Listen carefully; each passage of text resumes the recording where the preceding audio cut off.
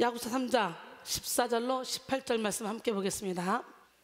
그러나 너희 마음속에 독한 시기와 다툼이 있으면 자랑하지 말라. 진리를 거슬러 거짓말하지 말라.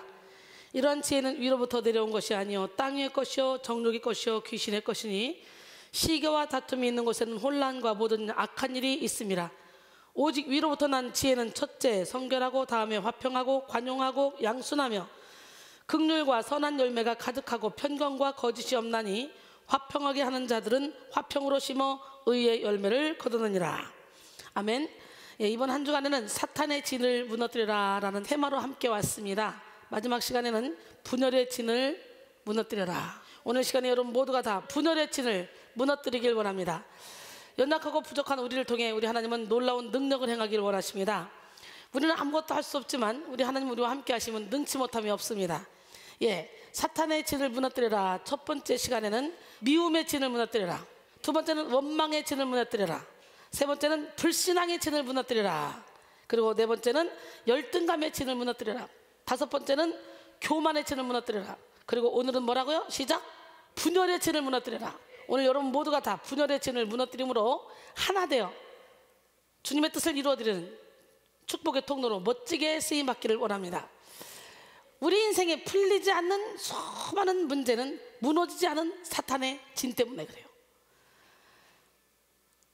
우리는 날마다의 예배를 통해서 또 특별히 축기 사역을 통해서 이런 영적 원리를 더욱더 깊이 알게 되는데요, 우리가 당면한 문제를 풀려고 어떤 인간적인 행위를 하지 않아도 예배를 통해 깊이 깨달음을 얻고 축기 사역을 통해 견고한 사탄의 진이 무너지면 당면한 문제가 자연스럽게 풀리는 것을 자주 우리가 경험하게 됩니다.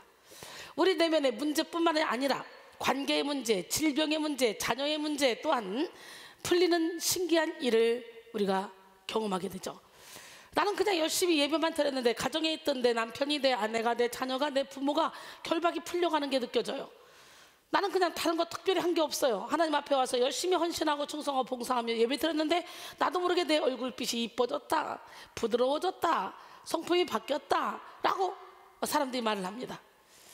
기독교는 체험의 종교고요, 예수를 믿으면 나도 모르는 사이에 저절로 싹이 나고 이삭이 나고 열매가 맺어져 열매맺는 삶을 살게 되는 것을 나도 체험하지만 남들이 나를 보고 너 정말 많이 바뀌었다, 할렐루야, 정말 이순이 많이 바뀌었습니다. 여러분도 오늘 이 시간에 내가 생각해도 내가 기특할 정도로 인생을 멋지게 살고 있다 라고 자부할 수 있기를 원합니다. 이 시간도 사탄의 강력한 진이 무너지는 시간이 되기를 원합니다. 사탄은 우리 내면에 진을 치고 악의 본부로 삼아 우리의 삶을 주관하는데요, 그러므로 사탄의 진이 무너지지 않는 한 우리는 죄로부터 자유할 수 없고 죄의 종로로 타는 삶을 살 수밖에 없다는 걸 알아야 돼요. 요한복음 8장 34절에 예수께서 대답하시되 진실로 진실로 너에게 이르노니 죄를 범하는 자마다 죄의 종이라 그랬어요. 갈라디아서 4장 8절에 보니까 그러나 너희가 그때에는 하나님을 알지 못하여 본질상 하나님이 아닌 자들에게 종로로 타였더니, 우리의 의지를 죄에게 내어주면 내어줄수록 사탄의 진은 더욱더 견고해져서 우리의 삶에 사탄의 영역을 확장해 나갑니다. 그렇게 우리의 영혼육은 사탄이 본격적으로 활동하는 장이 돼서 우리로 하여금 죄로부터 시작된 이 생각과 마음을 갖게 한다는 거예요. 또 죄의 뿌리를 내린 언어와 행실을 나타내게 합니다. 그때부터 인간은 죄를 지으면서도 죄를 인지하지 못한 채 살아가요. 자신을 보호하기 위해 거짓말하고 위급한 상황을 모면하기 위해 배신하며 손해보지 않기 위해 다른 사람을 모함하면서 전혀 양심의 가책도 느끼지 못하며 살아갑니다. 이런 죄가 반복되다 보면 결국 타인이 아닌 자신 스스로를 속이는 비참한 결말에 도달하기도 하죠. 스스로 자아낸 거짓말을 믿어버리는 정신적 상태를 나타내는 신조어 중에 리플리 증후군이라는 말이 있습니다.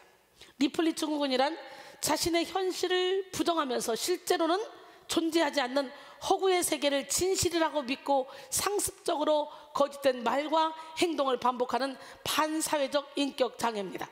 거짓말과 거짓된 행동을 반복하면서도 스스로는 거짓말을 하고 있는지조차 알지 못하는 양심 불구가 되어버리는 것이죠. 양심에 화인 맞은 사람들 의외로 참 많습니다.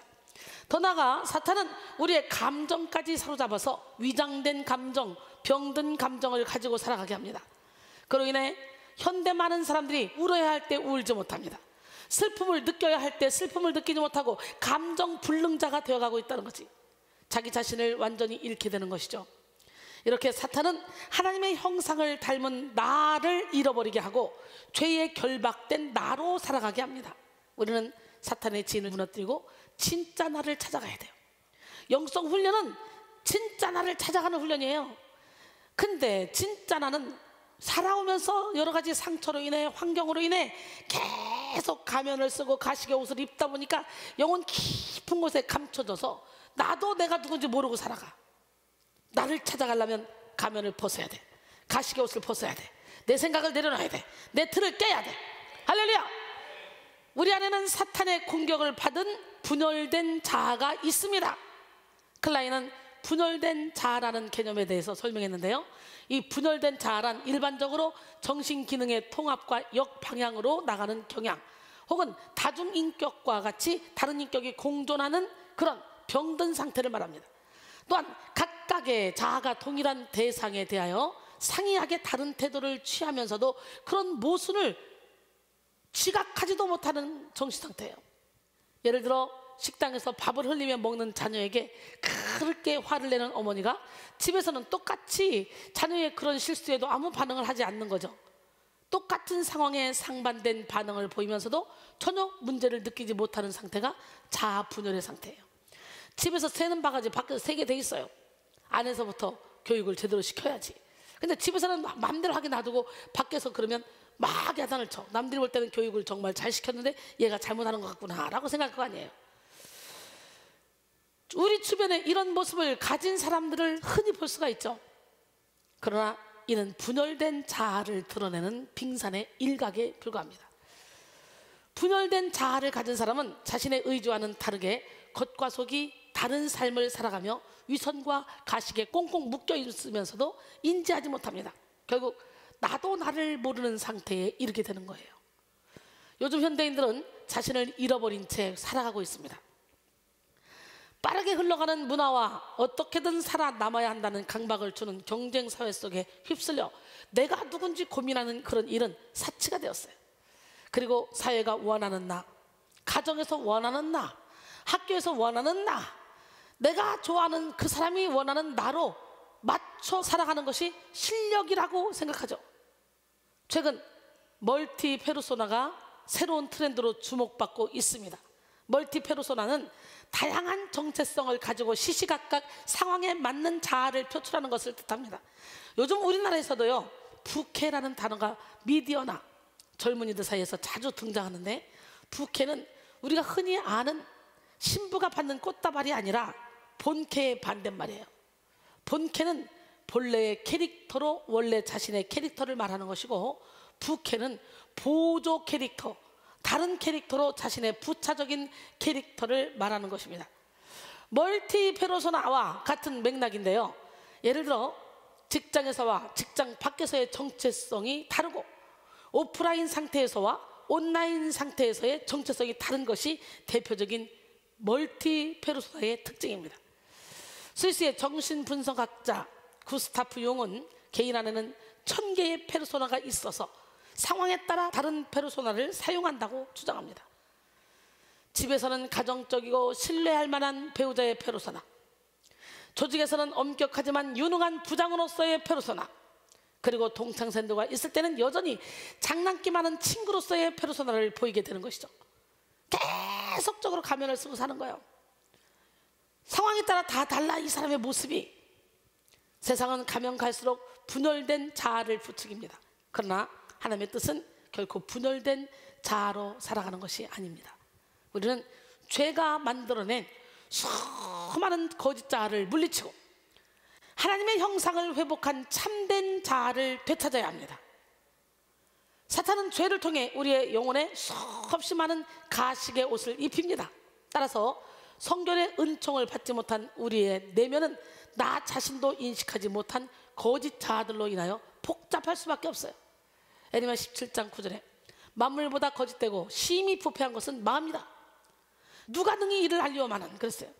우리 인간은요 심히 부패한 마음, 또 모든 지킬 마음 중에 더욱더 내 마음을 지키라 생명이 거는 이의 사람이니 우리 안에는 천국도 있고 지옥이 있어요. 우리는 천국을 점점 확장시켜야 돼.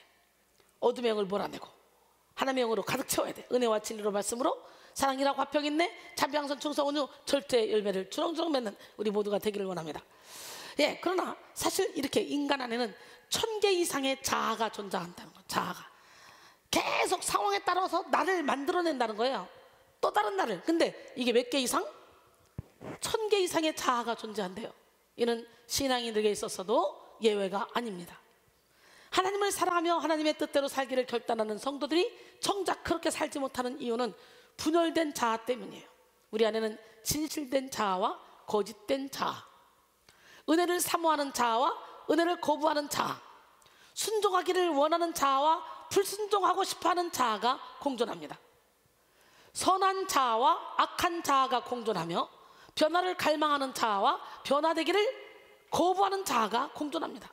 이는 사도 바울의 고백을 통해 더욱더 확실히 우리가 알 수가 있죠. 로마서 7장 9절에 전에 율법을 깨닫지 못했을 때는 내가 살았더니 계명의 이름에 죄는 살아나고 난 죽었다. 그리고 자기 안에서 두 가지 법이 계속 싸우고 있는 걸 보죠. 그래서 로마서 7장 21절로 22절 보니까 그러므로 내가 한 법을 깨달았더니 곧 선을 행하기 원하는 나에게 악이 함께하는 것이로다. 내 속사람으로는 하나님의 법을 즐거워하되 내 지체 속에서 한 다른 법이 내 마음의 법과 싸워 내 지체 속에는 죄의 법으로 나를 사로잡는 것을 보는도다. 오라 나는 곤고한 사람이로다. 이 사망의 몸에서 누가 나를 건져내랴 그랬어요. 철저히 예수 안에서 절망하는 시간이 되길 원합니다. 철저히 예수 안에서 절망하고 하나님께 소망을 가질 때 우리는 이 땅에서도 천국을 누리며 살아갈 수가 있습니다. 그리스도인의 분열된 자아를 크게 두 가지로 나누면 하나님의 법을 즐거워하는 자아와 죄의 법을 따르기 원하는 자아입니다. 하나님은 성경을 통해 하나님이 기뻐하시는 것과 하나님이 싫어하시는 것을 말씀해 주셨어요. 상식적으로 하나님의 기쁨이 되기 원하는 우리는 하나님이 싫어하시는 일을 하지 말아야 되는 거예요. 그러나 여러분의 실상은 어떻습니까? 하나님이 기뻐하는 것보다 하나님이 싫어하는 것을 더 많이 할 때가 있지 않아요? 하나님이 싫어하는 것 17가지가 있죠. 잠언 6장 16절로 19절 여호와께서 미워하시는 것 곧 그의 마음에 싫어하시는 것이 17가지니 곧 교만한 눈과 거짓된 혀와 무죄한 자의 피를 흘리는 손과 악한 계교를 꾀하는 마음과 빨리 악으로 달려가는 발과 거짓을 말하는 망령된 증인과 민 형제 사이를 이간하는 자이니라. 이는 죄의 법을 따르기 원하는 자아가 더 강하기 때문에 하나님이 싫어하는 17가지를 그냥 서슴없이 하는 거죠. 또한 성령의 인도함 받기를 결단한 성도는 당연히 육체의 일을 버리고 성령의 일을 행해야 함에도 불구하고 육체의 일을 버리지 못합니다. 육체의 일을 즐거워하는 자아가 더 강하기 때문이죠. 사랑하는 성도 여러분, 성도의 삶에 성령의 열매, 빛의 열매, 의의 열매가 나타나지 않는 근본적인 원인은 분열된 자아가 서로 충돌하여 한 마음이 되지 못했기 때문입니다. 그리스도인이 진정한 그리스도인 된 삶을 살기 위해서 먼저 우리는 분열된 자아를 해결받아야 돼요. 우리 안에 자리 잡고 있는 견고한 분열의 진을 무너뜨려야 합니다.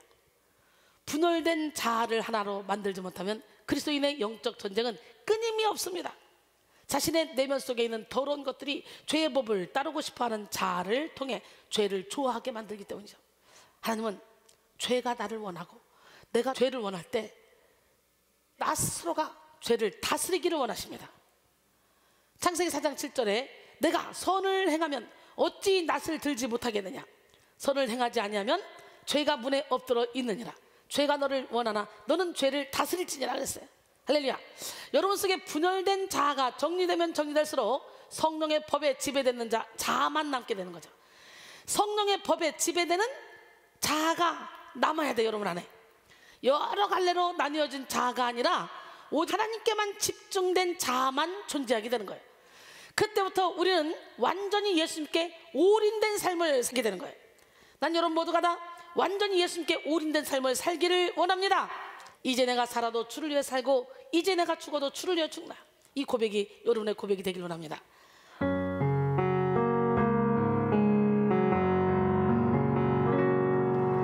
이제 내가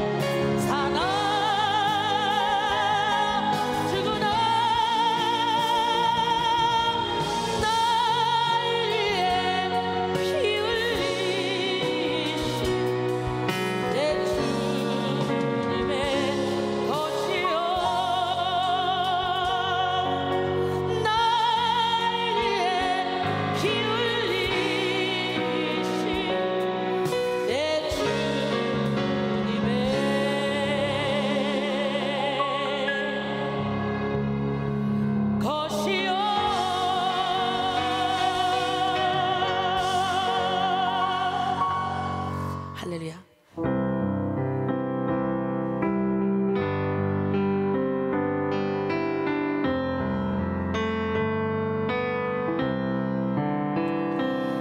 전부 영의지 없어서 손 들고 옵니다.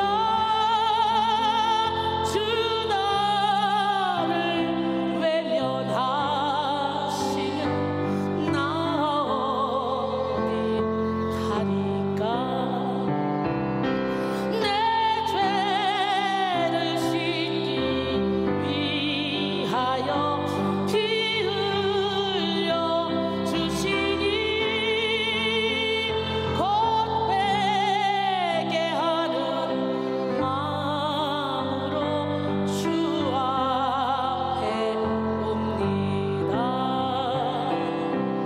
전부터 계신 주께서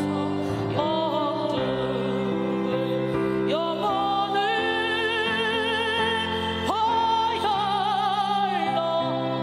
구해주시니 그 사랑하노네. 내 죄를 씻기 위하여 피 흘려 주시니 곧 회개하는 마음으로 주 앞에 옵니다. 나 예수 의지함으로 큰 권능 받아서 주 앞에 구한 모든 것 지금 얻겠습니다. 내 죄를 씻기 위하여 피 흘려 주시니 곧 회개하는 마음으로 주 앞에 옵니다. 전부 영의지 없어서 손 들고 옵니다. 주 나를 박대하시면 나 어디 가리까. 내 죄를 씻기 위하여 피 흘려 주시니 곧 회개하는 마음으로 주 앞에 옵니다.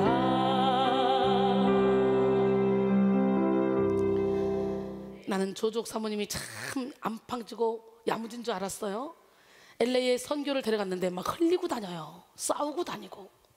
그러더니 아기가 나왔어요. 갓난아기처럼 희한하더라고요. 그래서 완전히 너 아기구나.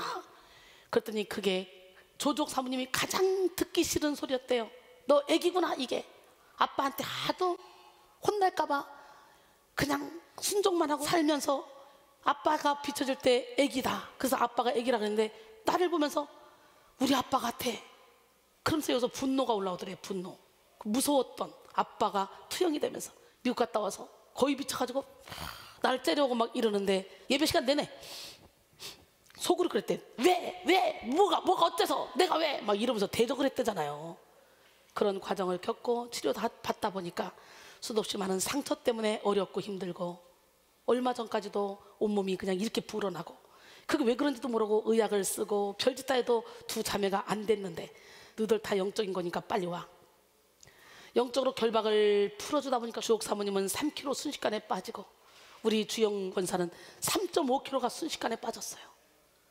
주옥 사모는 그렇게 빠지면서 영이 막 깨어나서 기뻐서 감당이 안 되는데 너무 신기한 건 주옥이는 너무 기뻐서 방방 뜨고 주영이는 방방 뜯어낸데 너무 기뻐서 차분해졌어. 그런 거예요. 나보러 목사님 이게 무슨 일이죠? 주옥이는 막 영혼이 기뻐가지고 지금 방방 뜨고 있는데 나는 왜 영혼이 이렇게 기쁘고 행복한데 왜 이렇게 차분해지죠? 하나님이 너희들을 고치는데 주옥이는 너무 참고 누르다 보니까 차분했고 너는 그냥 있는 대로 그냥 표출하다가 혼나고 매맞고 그리고 네 멋대로 살았는데 이제 하나님이 이렇게 바꿔서 고친다. 너의 너무 넘쳤던 건 내려놓고 주옥의 그 눌렸던 건 올려놓고 그래서 두 쌍둥이를 하나님이 정말 아름답게 만지고 있구나.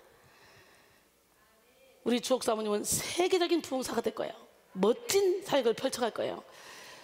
저와 함께 박사 공부도 함께 하겠다고 막 그러면서 지금 흥분해 있는데 요즘에 그렇게 3kg를 빠지더니 그 이후부터 안 먹어도 배부르고 과일 한쪽만 먹어도 하루 종일 사는데 힘이 부뚝부뚝 나고 여기서 기쁨이 넘치고 저절로 2-3kg 빠져가지고 지금 엄청나게 몸이 빠졌대요. 성령께서 강권적으로 역사하시면 걸어도요 내가 걷는 게 아니에요. 내가 미친 듯이 하나님께 매달릴 때 걷는데 이상해. 몸에 무게가 없어요. 그래서 이게 뭐지? 그래서 발뒤꿈치를 봐야 한대. 영혼은 발뒤꿈치가 없다며. 내가 하도 몸이 가벼우니까 내가 사람이야? 아니야? 자꾸 발뒤꿈치를 쳐다보게 되더라니까. 이 정도로 미쳐야 돼. 영적인 세계에 이렇게 미쳐 들어가면 내가 맨날 얘기하죠. 나는 트럼프 대통령도 나는 부럽지 않다. 나는 세계적인 어떤 인물도 부럽지 않다. 나는 세계에서 이순이가 제일 부럽고 이순이가 제일 행복하다. 나보다 더 행복한 사람 있으면 나와봐라 그러잖아. 우리 조동원 아빠도 이렇게 나보다 더 행복한 사람 있으면 나와봐. 이게 바뀌어야 돼요. 두 딸이 지금 증거로 보여주잖아. 온몸이 아파서 그렇게 난리쳤는데 이 두 딸이 순식간에 너희들 영적인 거야 이리 와. 그리고 기도해줬더니 순식간에 한 번에 3kg 한 번에 또 주영이는 3.5kg 빠지면서 몸이 막 회복되면서 이렇게 행복해지잖아요. 우리 조동원 아빠도 그렇게 될 줄로 믿습니다. 하나님은 살아계십니다. 하나님은 어제나 오늘이나 영원토록 동일하십니다. 우리는 오늘 지금 분열의 진을 파괴하라 그랬죠? 분열의 진을 무너뜨리자. 우리 조동원 이 정말 귀하신 청년 이 가정을 아름답게 만들어서 행복하게 살려고 자녀를 이쁜 딸 하나 낳고 또 쌍둥이를 낳는데 분열의 영이 거기를 딱 침투해서 아내를 빼내가 버렸어. 그때부터 이 세 딸을 업고 키우고 안고 키우고 이 23살 나이에 이 어린 나이에 상상을 해보세요. 얼마나 이 상처가 깊겠어. 그 제가 야 존경스럽다. 그 정도면 뭘 자녀에 대한 사랑이 있겠어. 그냥 고아원에 던져버리고 그냥 내 인생 살면 되지 이렇게 생각하실 텐데 그게 아니라 그렇게 자녀를 지키기 위해서 그렇게 애쓰고 이렇게 키워왔는데 이 자녀 셋이 얼마나 반듯하게 컸는지. 반듯하게 컸는데 영혼은 내면은 다 병들어서 쪼그러져 있는 거예요. 표출도 못하고 이 아픔을 이 고통을 근데 이 아픔을 이 고통을 하나님이 백성교회를 만나게 하시고 저를 만나게 하셔서 하나씩 둘씩 수리해 가더니 요즘 본격적으로 강력하게 수리를 해가지고 주영이가 어저께 또 울면서 차 타고 오는데 그 막 새엄마한테 그렇게 구박받았던 그 얘기를 막 울면서 하면서 이 속에 깊이 그게 뿌리가 박혀 있었던 것이 이제 다 용서한 줄 알았는데 그게 막 올라오더라는 거예요 이번에. 그러면서 새엄마 옆에 착 자기가 달라붙어지더라는 거예요. 이제는 그게 용서가 되면서. 그래서 내가 야 네가 이렇게 아기 때부터 그렇게 아파서 학교도 못 가고 누워있고 이것들이 그 상처로 인해 스트레스로 사단이가 침투해서 너를 이렇게 지금까지 끌고 다녔는데 너는 그것까지 그것조차도 네 스스로 몰랐지만 이제 은혜 속에 깊이 들어가다 보니까 내면에 깊은 무의식 세계의 그 상처가 올라온다. 기도만 하면 그 아기 때 초등학교 1, 2학년 때 자기 모습이 보인다는 거예요. 얼마나 놀라고 얼마나 힘들었으면. 그런 얘기를 고백을 안 했는데 이번에 그 고백을 하는 거예요. 이 고백을 한다는 것은 깨달았다는 것이고 그것이 지금 더 이상 힘을 쓸 수 없다는 거예요. 주영이한테. 그러니까 수시로 한 번씩 신경 쓰면 제가 엄청나게 아프거든요. 그 아픈 원인이 신경성으로부터 온 귀신이 갖다 주는 병이었어. 오늘 예수님으로 다 떠나갈 줄 믿습니다. 그러기 때문에 자녀들이 이런데 아빠는 얼마나 많은 아픔이 있겠냐고. 우리 조동원 회장님은 얼마나 가슴에 응어리가 있겠냐고. 그 응어리를 사람은 못 풀어줘. 오직 하나님만이 하실 수 있어요. 하나님이 풀어주시면 영혼 중에 신경성으로 오는 모든 질병 다 떠나갈 줄 믿습니다. 그리고 여기서 막 기쁨이 넘쳐날 줄 믿습니다. 지용훈 목사의 말씀 그대로 예배하라에 나오는 글입니다. 신앙은 집중입니다. 삶을 살아가면서 갑작스럽게 문제가 터지고 세상에 수많은 모습들과 소리들이 하나님의 음성을 듣는 것을 방해합니다. 그러나 하나님께 집중을 잘하는 자는 세상의 다른 소리나 어떤 방해물에도 상관없어요. 하나님의 음성에 집중하며 성공할 수 있습니다. 환경 탓, 상황 탓 할 필요 없어요. 하나님께 집중하면 그냥 개는 짖어라, 기차는 간다, 달려가는 거예요. 그렇습니다. 하나님은 처음부터 우리가 하나님께 집중하기 원하셨습니다. 온전한 마음, 곧 한 마음을 요구하셨어요. 야고보서 1장 6절로 8절, 오직 믿음으로 구하고 조금 더 의심하지 말라. 의심하는 자는 마치 바람에 밀려 요동하는 바닷물과 같으니 이런 사람은 무엇이든지 주께 얻기를 생각하지 말라. 두 마음을 품어 모든 일에 정함이 없는 자로다 그랬어요. 야고보서 4장 8절에 보니까 하나님을 가까이 하라. 그리하면 너희를 가까이 하시리라. 죄인들아, 손을 깨끗이 하라. 두 마음을 품은 자들아, 마음을 성결하게 하라. 할렐루야. 오늘 성결하게, 진실하게, 거룩하게 사는 우리 모두가 되기를 합니다. 나 무엇 가도 주님을 바꿀 수 없어요. 이 고백이 여러분의 고백이 될 때 우리 하나님은 우리를 신실하고 거룩하게 살도록 인도해 주실 줄 믿습니다. 할렐루야. 저의 고백입니다. 여러분의 고백이 되기를 원합니다. 나 무엇과도 주님을 바꾸지 않으리. 다른 어떤 은혜 구하지 않으리. 오직 주님만이 내 삶의 도움이시니 주의 얼굴 보기 원합니다. 나 무엇과도 주님을 바꾸지 않으리. 다른 어떤 은혜 구하지 않으리. 오직 주님만이 내 삶의 도움이시니 주의 얼굴 보기 원합니다. 주님 사랑해요. 온 마음과 정성 다해 하나님의 신실한 친구 되기 원합니다. 신실하게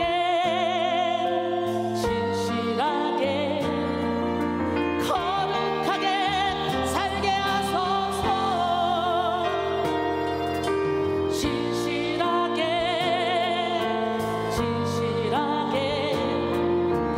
거룩하게 살게 하소서.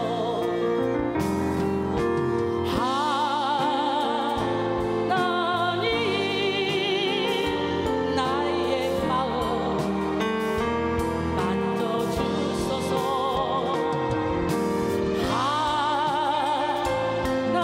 하나님 나의 영혼 새롭게 하소서. 신실하게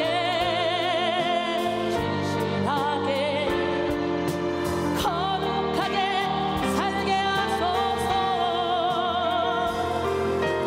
신실하게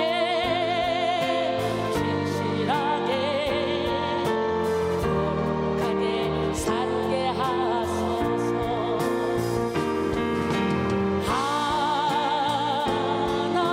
하나님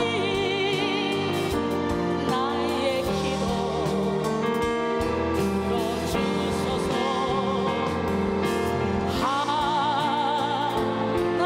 하나님 주의 길로 인도하소서.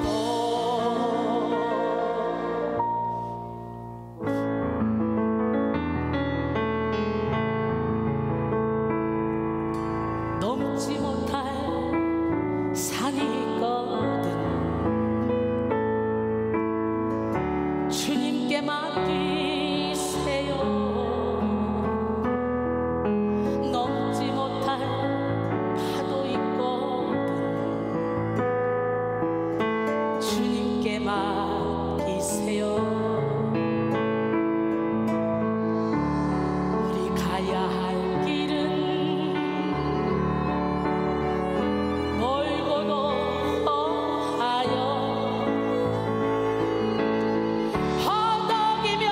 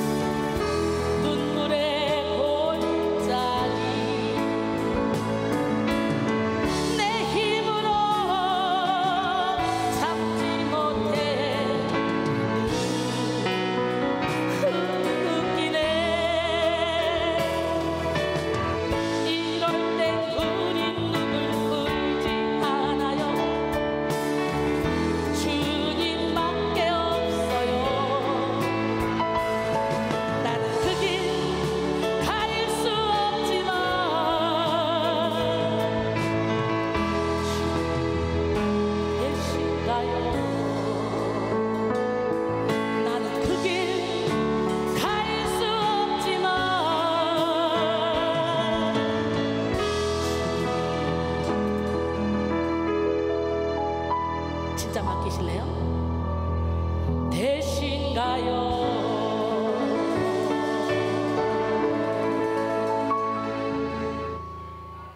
여러분, 저 너무 행복해 보이지 않아요? 저는 3살 때 아버지가 돌아가셨어요.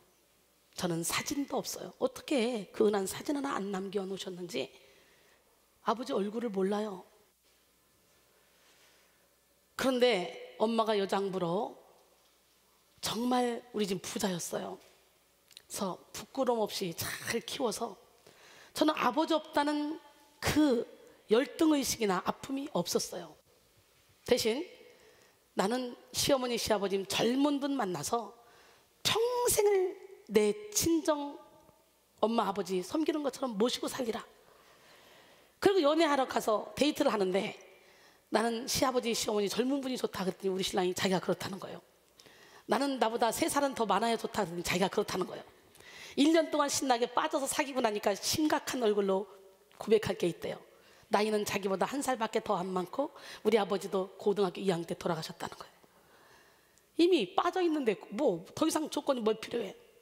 그래서 저는 평생 아버지를 못 불러보고 가겠구나 그랬는데, 결혼과 동시에 하나님은 영적 전쟁에 돌입하게 하시고 참된 아버지인 하나님 아버지를 찾게 만드셨어요. 명동거리에 다니면서 입고 싶은 거 하고 싶은 거 다 하고 살았습니다. 부족함이 없었습니다. 물질적으로 인생 멋지게 살았습니다. 그런데 정말 멋있는 남편 만나 결혼하고 신혼여행 갔다 오자마자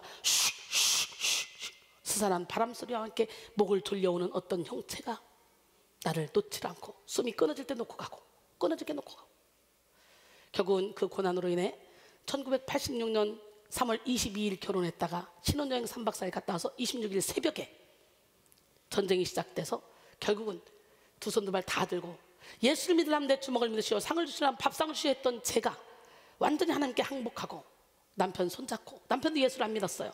저 때문에 교회 가게 된 거예요. 예배당에 발을 딛는 순간 너는 죄인이다 음성이 3번 크게 들리는데, 맞아요, 나는 죄인이에요. 예수를 믿지 않는 것이 가장 큰 죄였어요. 내 영혼이 그렇게 고백하더라고요. 이렇게 하나님을 만나시길 원합니다. 두 번째 음성, 네가 값지고 멋지고 행복하게 살았다고 너는 자부했지만 내가 주는 기쁨과는 견딜 수 없느니라. 인생은 풀의 꽃과 같고 잠시 있다 없어질 안개니라. 음성이 들리면서 너희가 내일 일을 알지 못하는도다. 하루 동안에 너에게 무슨 일이 일어날지 모른다. 내가 지금부터 너에게 평안을 주느니 내가 주는 평안은 세상이 주는 것 같지 아니하노라. 음성을 들려주며 회개의 눈물을 계속 흘리게 시키는데요, 나도 알 수 없는 눈물을 계속 흘렸습니다. 3개월 동안. 하나님을 뜨겁게 만난 이후에는 사탄이 몸에 손을 못 대요. 그러나 주변에서 맴도는데 저것이 귀신이다 이걸 알으니까 더 괴로운 거예요. 4년 반 동안 싸웠잖아요. 매일 아침마다. 그러면 옆모습으로 빛으로 예수님이 쫙 나타나셨어요. 예수님 하는 소리가 없어졌어요. 한 번만 더요, 한 번만 더요. 3번 보고 나니까 사탄이가 나 너에게 더 이상 못 믿겠다, 나 떠나간다. 그리고 슉 떠나가면서 그때부터 영적으로 자유했습니다. 그리고 세상 하나, 교회 하나, 세상을 너무 좋아하니까 양다리를 걸치고 그렇게 세상을 즐기며 살다가 예수 믿은 지 10년 만에 하나님이 강제로 개척교회로 옮기라는 그런 신호를 주시고, 안 옮기니까 교통사고까지 났는데 머리털 하나 상하지 않도록 보호해 주시고 기도하게 시키더니 그때 처음으로 제대로 된 기도를 해봤어. 하나님, 만약에 내가 그 개척교회로 옮겨야 되면 내게 꿈이나 환상으로 보여주세요. 그랬더니 세상에 잠시 3, 4분밖에 기도를 안 했는데 저녁에 잠을 잤는데 꿈에 제가 개척교회에서 설교하고 있고 우리 남편도 저쪽 방에서 설교하고 있더라고요. 그래서 그냥 개척교회로 옮겨서 거기서 기도하기 시작하다 연계가 열려버리니까 세상의 모든 것이 다 배설물이겠죠. 모든 걸 다 내려놓고 하나님 앞에 집중해서 온 것이 25년.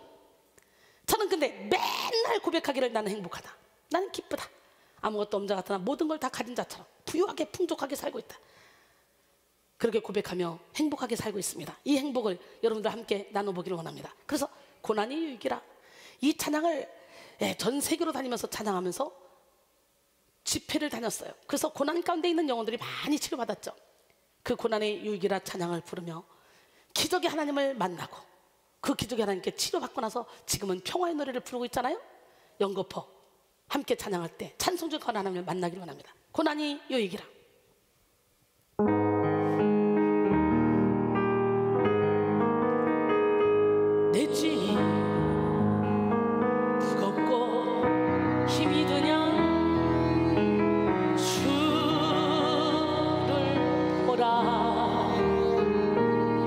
고난이 유익이라 주님 말씀하시네. 나의 가는 그 길을 오직 주가 아나니 나를 단련하신 후에는 내가 순금같이 나오리. 오늘의 아픔은 내일의 소망이요 쓰라린 아픔 뒤에 축복이 있다네. 고난은 인생의 참 의미를 알게 하고 예수님 한 분으로 만족할 수 있어요. 나의 가는 그 길을 오직 주가 아나니 나를 단련하신 후에는 내가 순금같이 나오리. 고난이 크면은 영광도 크는 법 장사받은 영광과 비교할 수 없다네. 고난은 십자가 고백이며 능력이라 주님을 따르는 자 십자가 져야만 하니. 나의 가는 그 길을 오직 주가 아나니 나를 단련하신 후에는 내가 정금같이 나오리. 좁은 길 가는 자 생명길 영광의 길 십자가 진 후에 멸관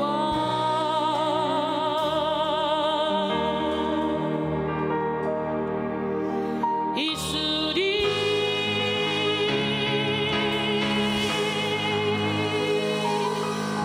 할렐루야. 이렇게 제가 영적인 고난이 아니었다면 저는 절대로 예수를 안 믿었어요. 저는 산 꼭대기 갖다 놔도 먹고 살 수 있는 사람이에요. 생활력이 강해요. 막내로 딸 아들 딸 막내 이 부잣집 딸로 태어났는데도 얼마나 생활력이 강했는지 초등학교 6학년 때 제가 기계틀로 가마니를 하루에 14개씩 남들 어른들도 12개 이상 못 자는데 14개씩 그거 짜서 서천 시내 가서 막 양장 쫙 어른들도 맞춰입기 힘든 양장 제일 비싼 거로 그 당시 15,000원짜리 쫙 입고 폼 내고 다니고 참 아기 때부터 제가 열심히 벌어서 열심히 쓰고 다녔어. 우리 엄마가 나는 너를 가르치는데 다른 애들 4배는 들었다. 4배.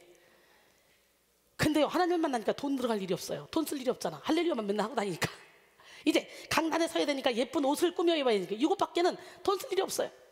야 하나님이 이렇게 부유하게 만들어주시는 거예요. 영적인 고난으로 단 하루만 정신이 편하게 살다가 죽었으면 좋겠다 할 그때에 예수를 믿고 고난을 유혹으로 바꿔주신 하나님을 만난 거야. 그리고 그 기적의 하나님을 체험한 거야. 나는 평생 잘생긴 남편과 좋은 사업장에서 행복하게 멋지게 떵떵거리며 살게 될 줄 알았어요. 근데 그게 아니더라고요. 내 계획과 다르더라고.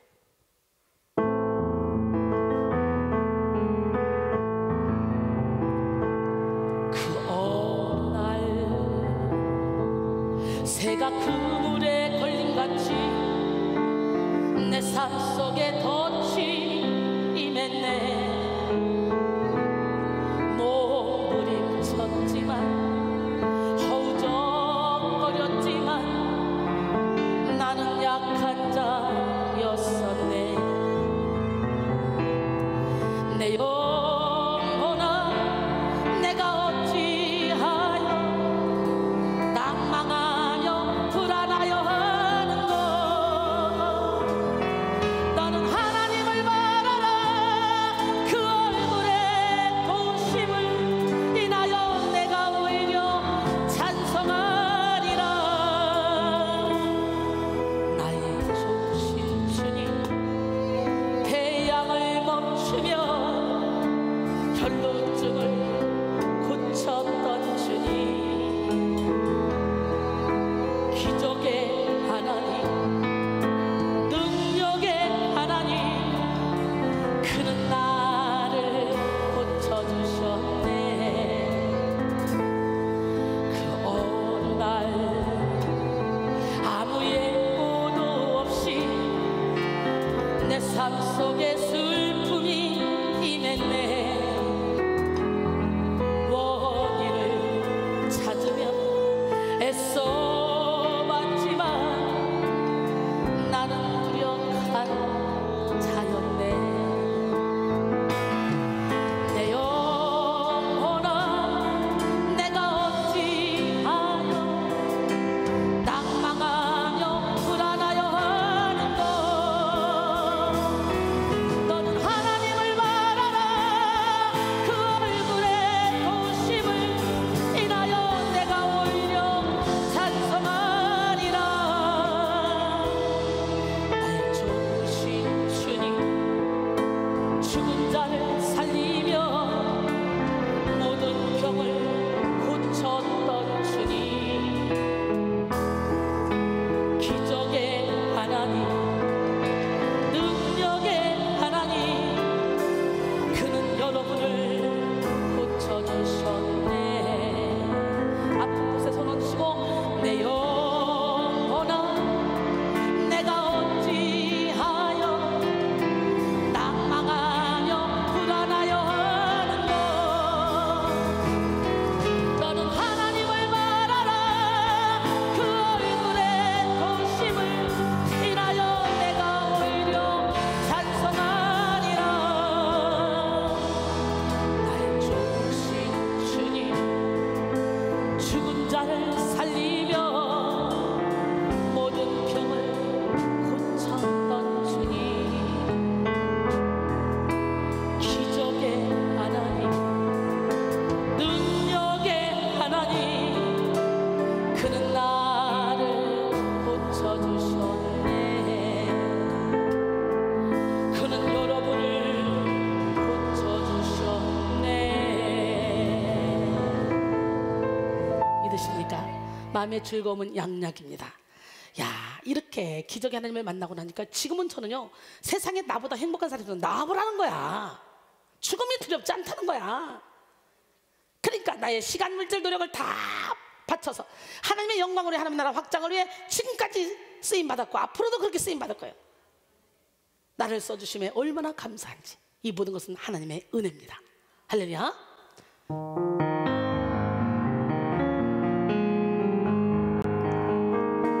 나 어느 날 짠짠짠짠 괴로워서 불렀어. 아뢰일 때 주님께서 나의 마음 아시고 위로하여 주셨네.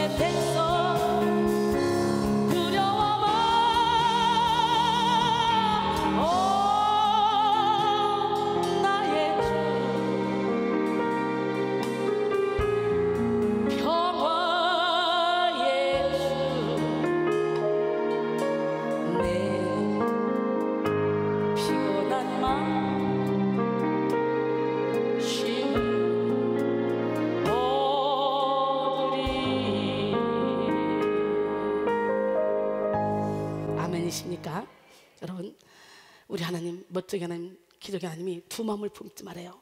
분열된 마음도 품지 말아요.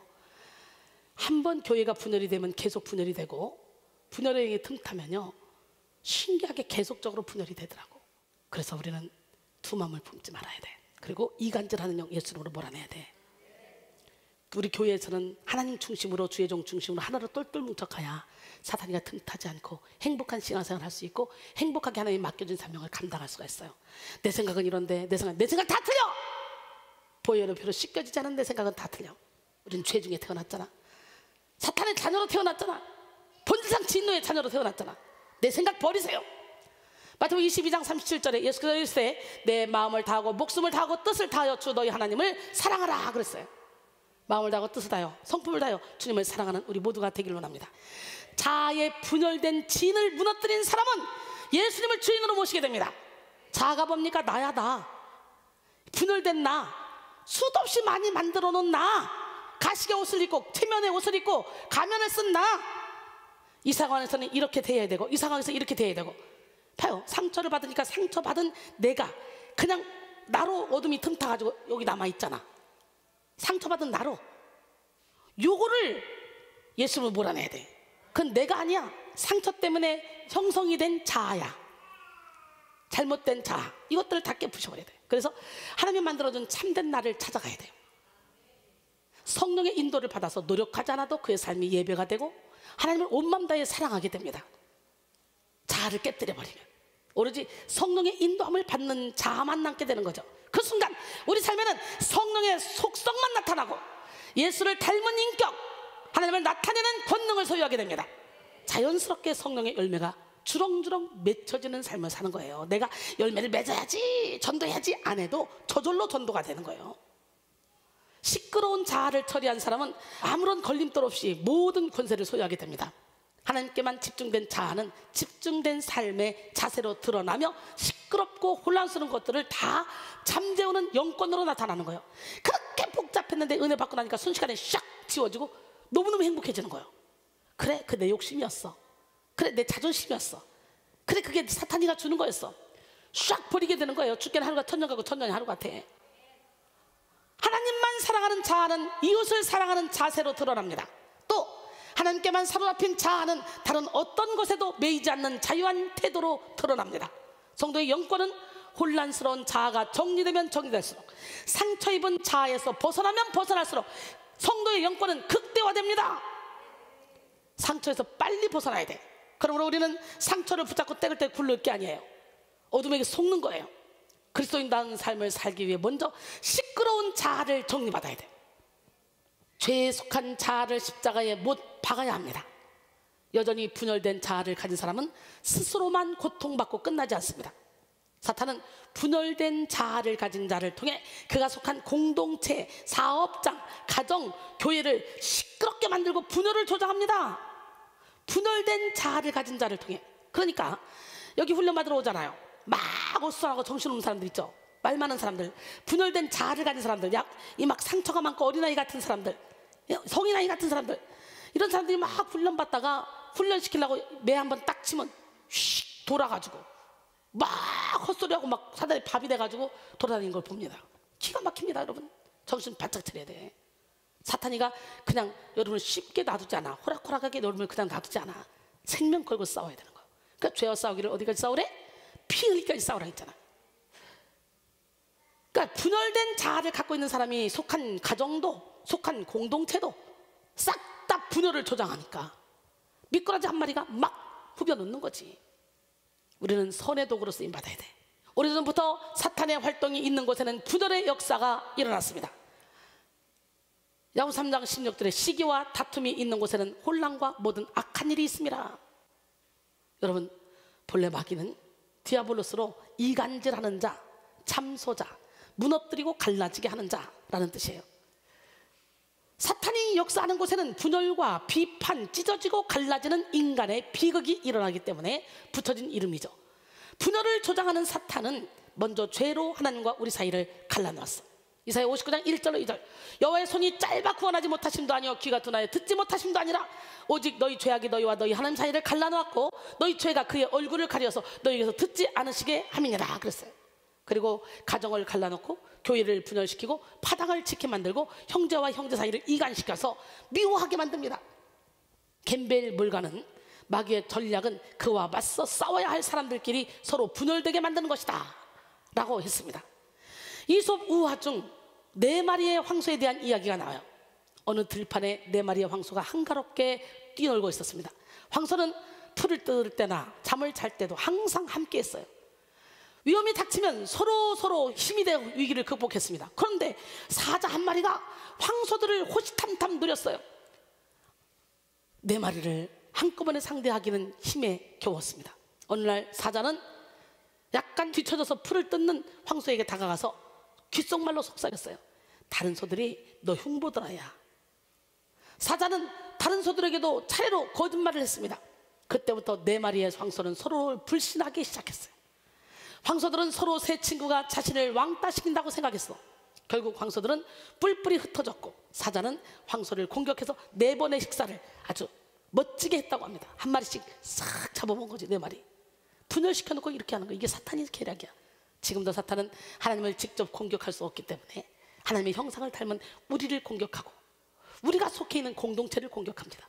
우리가 속한 가정과 교회를 무너뜨리는 가장 강력한 무기가 바로 분열임을 알고 있는 사탄은 지금도 분열을 조장하고 있습니다.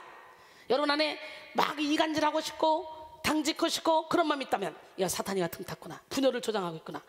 나도 모르게 왜 이게 뭐 어때서 우리 친한 사람끼리 움직이는데 뭐가 어때서?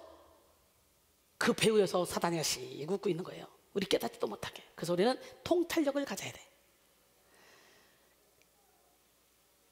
기독일보는 사탄이 교회를 분열하게 만드는 7가지에 대해서 설명했습니다. 교회의 갈등을 일으킵니다. 사탄은 교회의 일원들이 서로 의견 차이로 대립되는 것을 매우 좋아하죠. 아무것도 아닌 사소한 일부터 중요한 일까지 뜻이 맞지 않게 하여 서로 하나 되지 못하게 하는 거예요. 두 번째는 사역자들과 봉사자들의 탈진, 너무 일을 많이 해서 탈진 상태가 빠지게 해서. 근데 여러분, 사역자들이 은혜 없이 일만 하면 탈진되지. 저는 이걸 일로 하는 게 아니라 기쁨으로 즐거움으로 합니다. 은혜로 합니다. 사탄은 사역자들이 피로를 누적하게 해서 탈진하게 만드는 걸 좋아해. 탈진한 사역자들이 더 이상 사명에 불타지 못하게 하고 할 만큼 했다는 그런 생각에 빠져 안일하게 만들죠. 마침내 그가 사역의 현장을 떠나면 사탄은 전투에서 개가를 부르게 될 것입니다. 승리의 개가를. 왜 사탄에게 져서 되겠어요? 그 다음에 소문을 확산시켜. 안 좋은 소문. 사탄은 자신을 대놓고 드러내지 않으면서 은밀하게 복음을 방해하는 활동을 해왔어.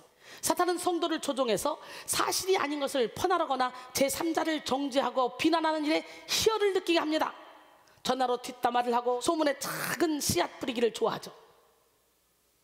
그 다음에 분주함입니다. 신자들은 분주함 가운데서 뭔가 하나님의 일을 해왔다고 느끼게 만들어요. 그러나 정작 분주함 속에 성령이 함께하지 않음을 인지하지 못한 채 향방 없는 삶을 살아가는 거지. 분주하고 열심히 일을 하는데 그 안에 열매가 없다. 가짜야. 사탄에게 속는 겁니다. 다음에는 거짓말입니다. 사탄은 거짓말의 원조잖아요. 교활한 속임수와 분열의 전문가입니다. 요한복음 8장 44절 45절 너희는 너희 아비 마귀에서 났으니 너희 아비의 욕심대로 너희도 행하고자 하느니라. 그는 처음부터 살인한 자요 진리가 그 속에 없으므로 진리에 서지 못하고 거짓을 말할 때마다 제 것으로 말하나니 이는 그가 거짓말쟁이요 거짓의 아비가 되었음이라 그랬어요. 내가 진리를 말함으로 너희가 나를 믿지 아니하는도다. 여러분, 거짓말이 얼마나 무서운 죄인 줄 아십니까? 계시록 21장 8절에 보니까 그러나 두려워하는 자들과 믿지 아니하는 자들과 흉악한 자들과 살인자들과 음행하는 자들과 점술가들과 우상숭배자들과 거짓말하는 모든 자들은 불과 유황으로 타는 못에 던져지리니 이것이 둘째 사망이라 그랬어요. 그 다음에 스캔들을 일으킵니다. 사탄은 교회 리더들을 유혹함으로써 알려진 스캔들은 자신의 치욕에 그치지 않고 교회의 일격을 가하죠. 이로 인해 믿음이 약한 신자는 물론이고 잠재적인 신자들을 실족하게 만듭니다. 11월 6일 뉴욕 힐송 교회의 칼 렌트 목사가 불성실한 가정생활로 담임 목사직에서 해고되었습니다. 그는 저스틴 비버, 켄달 제너 등의 유명 연예인, 스포츠 선수들의 목회자로 더욱더 높은 유명세를 떨쳤던 대형 교회의 목사였습니다. 그러나 최근 무슬림 여성과의 불륜 관계가 아내에게 들켜서 해고당하게 됐죠. 또한 빌 하이베스 목사 역시 교인과 14년 동안 부적절한 관계를 가졌다는 것이 밝혀져서 수많은 그리스도인들에게 큰 충격을 주었습니다. 그러니까 목회자가 조심할 거 3가지 있다 그러잖아요. 시작, 돈, 명예, 여자. 그럼 저는 뭐겠어? 시작, 돈, 명예, 남자. 근데 저는요, 남자들이요 붙지를 못해요. 무서워서. 그 다음에 결혼과 가족 붕괴. 사탄은 어떤 관계도 파괴하는 것을 좋아하지만 특히 결혼과 가족을 붕괴시킵니다. 배우자와 가족에 대한 지적을 하고 폭언을 하고 비교를 하고 무관심하는데요, 이것은 가정과 관계를 파괴시키는 수단들이죠. 사단은 가정을 파괴시킴으로 하나님이 만드신 2개의 제도인 교회와 가정을 파괴시킨다는 것을 알고 있어요. 그러기에 작은 교회인 가정을 잘 지켜야 교회도 잘 지킬 수 있고 세상도 잘 지킬 수가 있는 거예요. 우리는 우는 사자와 같이 삼킬 자를 찾는 그래서 분열하게 만드는 사탄의 계략을 간파해서 속지 않도록 해야 될 줄로 믿습니다. 베드로전서 5장 8절로 9절. 근신하라 깨어라. 너희 대적 마귀가 우는 사자같이 두루다니며 삼킬 자를 찾나니 너희는 믿음을 굳건하게 하여 그를 대적하라. 이는 세상에 있는 너희 형제들도 통일한 고난을 당하는 줄 알미라. 그랬어요. 분열의 진을 쌓게 하는 사탄의 활동은 크게 2가지로 나타납니다. 첫 번째는 이간질의 영으로 활동을 해요. 이간질. 그러니까 누구든지 자꾸 뒤에서 쑥덕거리면서 이간질 하려고 하거든. 여러분, 그 사람하고 같이 있다 보면 어떤 역사 일어나? 처음에는 아무 말도 않고 듣고만 있어요. 그러면서 아닌데 자기가 잘못하는 거야, 잘못 알고 있는 거야 해놓지만 이 사람이 시험이 들면 그게 확 올라와요. 맞불 붙어요. 그리고 누군가가 이간질할 때 가만히 듣고 있다는 것 자체는 나도 그렇게 생각한다라는 동조하는 거예요. 그러니까 그런 쑥덕쑥덕 하는 데는 가지도 말고, 그 대화는 끼지도 말고, 나 영께 끼니까 그런 대화는 그만합시다. 기도하고 하나님께 여쭤보고 직접 가서 상담하세요. 그래 이제 거기서 섞이다 보면 나도 모르게 끌려 들어가 버려. 이게 이간질하는 영 무섭습니다. 분열시키는 영. 이간질은 분열의 영의 대표적인 케이스입니다. 이간질의 영을 가진 사람이 조직 안에 있으면 그 조직은 굉장히 위태한 조직이 되죠. 그러므로 이간질의 영은 그리스도 공동체 안에서는 절대로 있어서는 안 될 악한 영입니다. 이간질의 사전적 의미는 사이좋은 2명 혹은 개인과 한 무리 사이의 관계를 틀어지게 만들기 위한 한 사람의 개인적 사회적 평판을 떨어뜨리는 행위입니다. 이간질을 하는 원인은 다양합니다. 많은 경우 복수나 질투심에서 출발하기도 하죠. 복수심에서 출발하든지 질투심에서 출발하든지 시기심에서 출발하든지 상관없이 이간질을 통해 자신이 미워하는 한 대상을 궁지에 몰아넣고 나머지를 자신의 편으로 만들어버리죠. 또 자신이 높아지기 위해서 자신보다 높은 사람을 깎아내리려고 이간질을 하는 경우도 있습니다. 이런 사람들은 작정하고 이간질을 하기 때문에 이간질을 위해 거짓을 만들어냅니다. 사건이나 상황을 왜곡시키기도 합니다. 주저하지 않아요. 그런데 여러분, 더 무서운 것은 이간질을 일상적으로 하는 사람들이야. 이런 경우는 스스로도 인식하지 못하기 때문에 별로 죄책감도 없는 경우입니다. 그렇기 때문에 오히려 더 위험할 수가 있어요. 이런 사람들의 특징은 뒷담화를 일상적으로 한다는 거예요. 남의 말 하면 그렇게 재밌어, 쑥덕쑥덕. 오늘 예수 이름으로 이간질형은 떠나갈자다. 여러분, 이간질을 잘하는 사람 말이 많아. 말이 많은 사람 실수가 많아. 이기주 작가의 말의 품격에는 새치어가 난도질하면 당한 사람들은 생각보다 빨리 그 사실을 알게 된다. 뒷담화는 화살과 같이 사람의 입을 옮겨 다니다가 언젠가는 표적을 바꾸어 말을 내뱉은 사람을 향해 돌진한다는 구절이 나옵니다. 당사자가 있을 때 할 수 있는 말이 아니라면 하지 말아야 돼. 저는요, 본인이 있을 때 할 수 있는 말만 합니다. 어떤 말을 하든 간에 본인이 있을 때 할 수 있는 말을 해요. 이거 비밀이야, 말하지 마. 그런 비밀 만들어내지 마. 그 말까지도 다 해. 무슨 일을 해놓고 우리 목사님한테는 얘기하지 말아요? 그런 거 하지 마. 우리는 안 통해. 뒷담화를 같이 하면 겉으로 볼 때는 쉽게 친해지는 것 같죠? 하지만 함께 뒷담화를 하고 맞장구를 치고 함께 즐거워했다고 해서 결코 같은 편이 될 수 있는 것이 아니에요. 내 이야기도 어디 가서 할 수도 있겠다는 생각이 들 수밖에 없고, 조심해야 되겠다. 이 사람 조심할 사람이네. 무의식적인 판단을 내리게 됩니다. 뒷담화로 결속력을 강화하고 있는 사이는 그만큼 연약하고 틀어지기가 쉽다는 거예요. 잠언 16장 28절에 패역한 자는 다툼을 일으키고 말쟁이는 친한 벗을 이간하느니라 그랬어요. A에게 가서 B의 뒷담화를 하고 B에게 가서 A의 뒷담화를 하면서 자연스럽게 둘 사이의 관계를 갈라놓게 되죠. 그리고 산발적으로 조직 안에 있는 모든 사람들의 마음을 흩어놓을 수도 있습니다. 그러나 스스로 인식을 하지 못하기 때문에 주변에 있는 사람들이 영적으로 깨어있지 않으면 순식간에 휩쓸려 갈 수 있죠. 여러분 그런 거 당해봤죠? 저는 고등학교 1학년 때 참 우리 반장하고 나하고 둘이가 엄청나게 친했고, 반에 무슨 일이 있을 때 둘이가 주로 많이 했는데 너무너무 친했는데요, 이것을 누군가가 막 갈라놔 버렸어. 그래서 고등학교 2학년 때는 영원토록 함께 하자고 의자매 그래가지고 사진까지 찍고 너무너무 내 거 네 거 없이 친하게 지냈는데 누군가가 시기를 해가지고 사이에서 다 껴들었어. 그래서 오해가 됐어요. 오해가 돼서 이렇게 갈라졌어요. 고등학교 3학년 졸업할 때쯤 이게 다 오해가 풀렸는데도 이게 안 되더라고. 한 번 딱 이렇게 해놓으니까 이게 안 되더라고. 영원토록 가자고 하면서 정말 의지가 되는 친구였는데, 또 조직 안에서 주고받고 싶어하는 성향의 사람들은 자신이 무리의 중심인물이 되어서 조직을 휘두르고 싶어하기 때문에 이에 방해가 될 수 있는 경쟁 대상들을 헐뜯어버리고 견제하죠. 그럼으로써 자신이 무리에서 우월한 자리를 차지하는 거예요. 심리학에서는 이런 요형을 여왕벌 요형이라고 하고요, 또 의자왕 요형이라고도 합니다. 집단 괴롭힘의 가해자들에게서 이런 섭리를 쉽게 엿볼 수 있습니다. 또 윗사람에게 잘 보이려고 동료나 자기 아랫사람의 흉을 보거나 자기보다 일을 잘하는 동료에 대한 안 좋은 얘기를 퍼뜨리기도 하죠. 그런데요, 어떠한 이유로 이간질을 했는지 그 이유가 중요한 것이 아니라 이간질이 사탄의 영역 안에 있다는 거예요. 성경은 사탄을 참수하는 자라고 말하죠. 이 참수하는 것이 바로 이간질의 영입니다. 계시록 12장 10절에 내가 또 들으니 하늘에 큰 음성이 나서 이르되 이제 우리 하나님의 구원과 능력과 나라와 또 그의 그리스도의 권세가 나타났으니 우리 형제들을 참수하던 자, 곧 우리 하나님 앞에서 밤낮 참수하던 자가 쫓겨났고. 할렐루야. 욥기에서도 욥을 참수하는 사탄이 나오죠. 결국은 생명만 건드리지 말고 네가 마음대로 해봐라 그러잖아요. 결국은 욥을 참수했던 사탄은 1차 욥이 이겼음에도 2차 또 결국은 욥이 그렇게 하다가 속에서 확 자기 의의가 드러나서 결국은 하나님께 훈련을 이제 제대로 받죠. 우리는 내 안에 이런 참소의 영이 없는지 살펴봐야 돼요.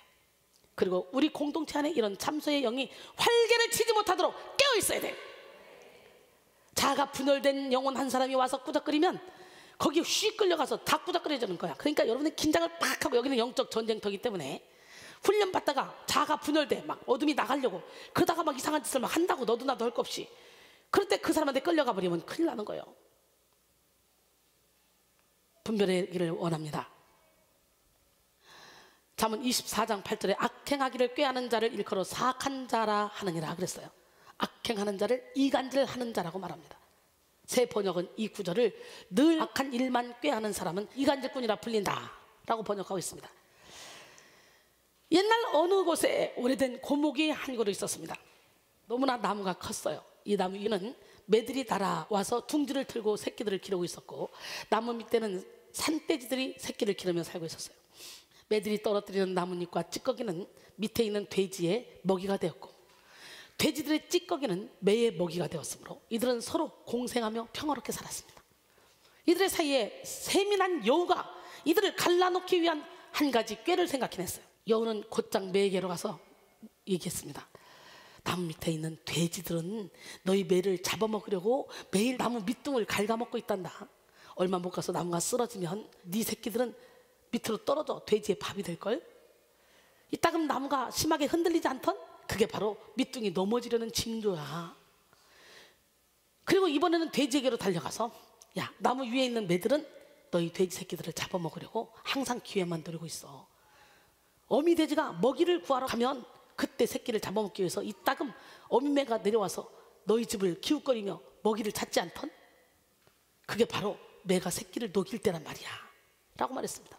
이때부터 매와 돼지의 생활은 서로를 믿지 못해서 매는 모이를 구하러 나갈 수가 없었고, 왜? 나간 사이에 나무가 쓰러지면 새끼들이 돼지에게 잡아먹힐 것을 생각하니까 끔찍한 거예요. 그러니까 꼼짝 못하고 새를 지키고 있는 거예요. 또 돼지도 마찬가지야. 먹이를 구하러 가야 되는데 가지 못해. 매와 돼지는 서로 경계하면서 새끼를 지키고 있었어요. 결국 매도 돼지도 굶주려서 죽고 말았어. 처럼 사탄은 공동체 사이를 이간질하여 공동체를 분열시키고 우리의 영혼을 파멸시키려고 합니다. 우리는 이간질이 가장 강력한 죄 중에 하나라는 것, 사탄의 강력한 무기라는 것을 잊어서는 안 됩니다. 이 시간 우리 안에 이간질의 영이 없는지 돌아보시고 뿌리까지 뽑아낼 수 있는 귀한 시간이 되기를 원합니다. 그 다음에 분열의 진을 쌓게 하는 사탄의 활동은 뭐로 나타나? 당짓는 거로 나타나. 이제 이간질을 하다 보면 자기 맘 맞는 사람들끼리 편이 갈라지는 거예요. 당짓는 거예요. 당짓는 영은 끼리끼리 편을 만드는데요, 그것으로 인해 공동체 안에 나머지 사람들을 소외시킵니다. 당짓는 영은 기본적으로 이간질의 영을 내포하고 있으며 보다 집단적으로 움직입니다. 당짓는 영을 가진 사람들도 자기들 나름대로 합리적인 이유가 있습니다. 그냥 우리는 마음이 맞는 사람끼리 모이는 거야, 뭐 다른 사람들에게 해코지를 하는 것도 아닌데 이게 무슨 큰 잘못이야 라고 생각하죠. 그러나 우리가 표면적인 것 이면에 있는 의도에 집중해야 돼. 끼리끼리 모인다는 것은 나머지 사람들에 대한 무시하는 마음이 있는 거예요. 그렇기 때문에 당짓는 행위를 통해 직접적인 해를 가하지 않았다 할지라도 상처받는 영혼들이 반드시 생기게 마련이에요. 나도 저 팀에 들어가고 싶은데. 또한 이런 당짓는 영은 하나님의 일을 굉장히 방해합니다. 당짓는 영은 무리로 움직이기 때문에 자체적인 힘을 갖게 되는 거예요. 그러므로 공동체가 일을 해나가는 데 있어서 리더자의 의견에 또 함께하는 지체들의 의견에 집단적인 반기를 쉽게 들므로 인해서 하나님의 공동체가 하나로 결집되어 나아가는 힘을 약화시켜 추진력을 떨어뜨립니다. 바울은 당짓는 죄는 하나님의 나라를 유업으로 받지 못할 육체의 일이라고 말했어요. 근데 당짓는 사람들 자신들이 당짓는 걸 모르더라고요. 가장 무서운 적은 내부의 적입니다. 내부의 적. 교회 안에서 당을 지키기 시작하면 결정적인 영적 전투에서 힘을 발휘하지 못하게 됩니다. 웨슬리는 참 그리스도인 가장 경계해야 될 것은 당을 짓는 것이다 라고 했어요. 당을 짓는 일과 그 밖의 신도회 내에 난처한 일들은 제가 가장 두려워하며 경계하는 것들이며 그것은 인간의 아집에서 비롯된 것이며 하나님의 사명을 감당하는데 찌꺼기 같은 것이다 라고 웨슬리는 말했어요. 이상 분열의 영이 실질적으로 이간질의 영 그리고 당짓는 영으로 활동한다는 것을 살펴봤는데요, 우리는 이런 분열의 영이 어디서부터 왔는지 알아야 되겠죠. 근본적으로 이 분열의 영은 사탄으로부터 옵니다. 우리 안에 상처가 분열의 영에게 빌미를 내어주는 거예요. 상처, 분열의 영을 끌어들이는 상처는 다양하지만 대표적으로 거절감이 이 분열의 영과 깊게 연관되어져 있습니다. 사실 거절감에 대한 상처가 없는 사람은 거의 없을걸요. 부모로부터 거절, 부부로부터 거절, 친구로부터 거절, 또 약혼자로부터 거절, 스승으로부터 거절, 목회자로부터 거절. 이 거절 감동은 누구나 인생을 살다 보면 크고 작은 거절감에 대한 상처를 가지게 됩니다. 특별히 거절감에 대한 상처가 강하게 작용하는 사람은 자신을 보호하기 위한 방어기제를 생성합니다. 이런 사람은 다시 거절당하지 않기 위해서 강력한 힘을 구축하려고 몸부림칩니다. 이런 과정에서 이간질과 당짓는 것이 사용되는 거예요. 이간질을 통해 자신이 거절당하지 않기 위해 거절할 다른 사람을 지목해서 공격하고 내가 먼저 선수치는 거예요. 또 자신을 공격할 수 있는 세력을 미리 분열시켜버리는 거예요. 그리고 절대로 거절하지 못할 내 편을 만들어 놓는 거예요. 그것이 바로 당짓는 것입니다. 이 시간 우리 안에 모든 거절감이 깨끗이 치유되기를 바랍니다. 오늘 본문의 저자 야고보는 조직을 분열하게 만드는 이간질과 당짓는 것의 근본적인 원인을 독한 시기와 다툼이라 그랬어요. 오늘 본문 야고보 3장 14절에 그러나 너희 마음속에 독한 시기와 다툼이 있으면 자랑하지 말라. 진리를 거슬러 거짓말하지 말라. 독한 시기는 남에 대한 열등감에서 오는 시기심 또는 남의 가치를 애써 깎아내리는 데 혈안되어 비방을 일삼는 태도를 말합니다. 즉 자신이 상처로 인해 다른 사람을 깎아내리려 하는 이간질이 시작된다는 것이죠. 또 다툼으로 번역된 에리데이아는 이기적인 야심, 강한 당파근성이라는 뜻으로 자신만을 내세우려 하는 이기적인 태도를 의미합니다. 이 악은 또 당짓는 것으로 또 번역됩니다. 실로 공동체를 붕괴시키는 가장 큰 요인은 이기적 야심에서 비롯되는 마음이에요. 야고보는 독한 시기와 다툼의 출처가 땅 위의 것 정욕의 것, 귀신의 것이라고 적나라하게 표현했습니다. 오늘 본문 15절에 이러한 지혜는 위로부터 내려온 것이 아니요 땅의 것이요 정욕의 것이요 귀신의 것이니. 여기서 정욕의 것으로 번역된 푸시키케는 숨, 호흡을 의미하는데요, 욕구와 정욕에 복종하여 죄의 본성에 의해 지배받는 영혼을 말합니다. 즉 짐승들처럼 본성적인 욕망에 지배되어 살아가는 성령이 결여된 그런 상태죠. 이어서 마귀적으로 번역된 다이모니 오데스는 악한 영을 닮은, 악한 영에서 기인하는 이란 뜻이에요. 마귀는 사람들에게 속한 시기와 이기적인 야망을 품도록 부추기고 평화로운 공동체를 파괴하기 위해 혈안이 되어 있습니다. 따라서 사탄의 지배를 받는 자는 자신이 속해 있는 공동체의 분열을 일으켜요. 그러므로 우리는 사탄으로부터 온 분열의 진을 무너뜨리지 않으면 계속해서 사탄의 지배를 받게 되는 거예요. 오늘 본문은 분열을 만드는 사탄의 속성과 정반대인 하늘의 지혜에 대해서 말씀하고 있습니다. 즉 하늘에 속한 지혜로 충만할 때 우리는 이 땅에 속한 분열의 속성을 무너뜨릴 수가 있다는 거예요.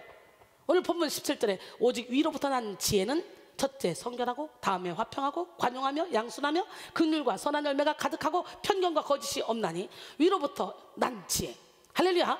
위로부터 난 것으로 번역된 이 아노데는 이 땅에 근거를 두지 않고 오직 하나님께로부터 시작되는 것을 말합니다.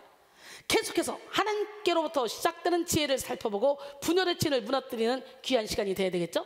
그러면 일단은 상처를 씻어버려야 돼. 상처. 휘몰아치는 파도 위에서도 찬송할 수 있어야 돼요. 할렐루야. 함께 찬양합니다.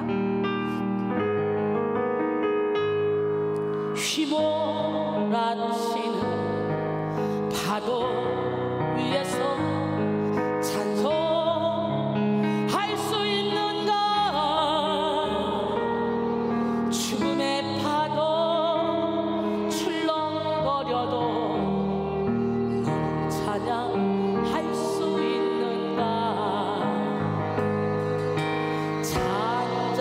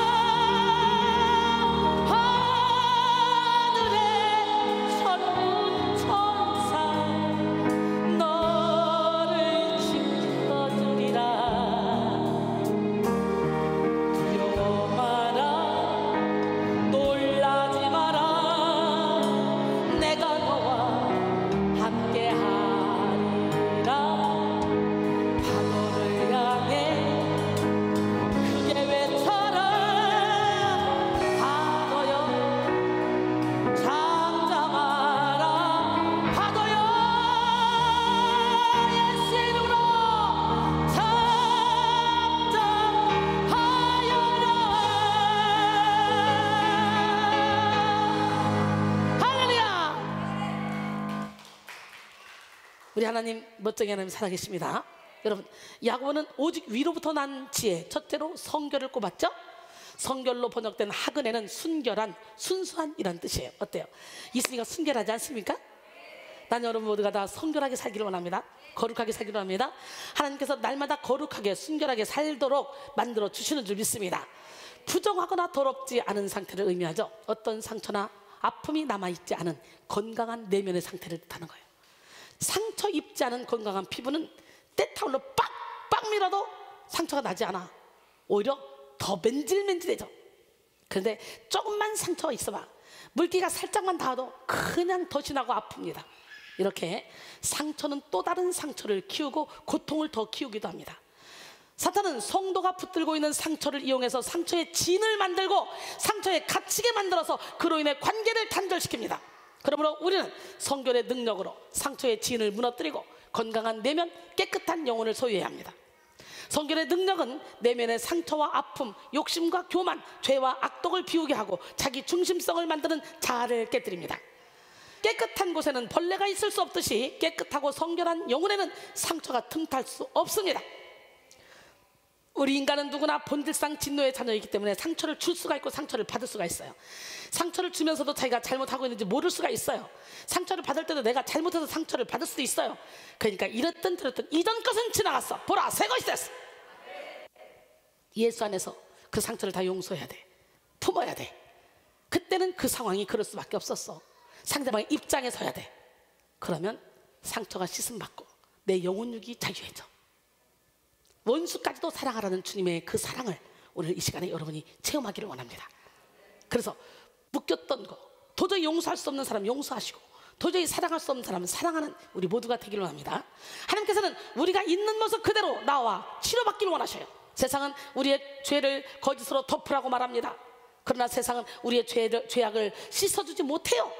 세상은 우리의 죄와 상처를 씻기고 치유할 수 있는 능력이 없어요. 하나님은 능히 하실 수 있습니다. 우리의 죄를 예수 그리스도의 십자가로 가져가는 것보다 좋은 방법은 없습니다. 죄를 인정할 때 예수님은 우리의 죄를 내버려 두지 않으십니다. 예수 그리스도는 우리의 죄를 씻어줄 뿐만 아니라 중심의 진실함으로 우리의 마음을 변화시켜 주십니다. 예수 그리스도의 십자가 사랑을 믿고 나아갈 때 우리의 상처는 치료될 수 있습니다. 예수님의 사랑이 보혈을 통해 놀라운 치유의 역사가 일어납니다. 그럴 때 우리는 성결의 능력을 덧입을 수 있는 거예요.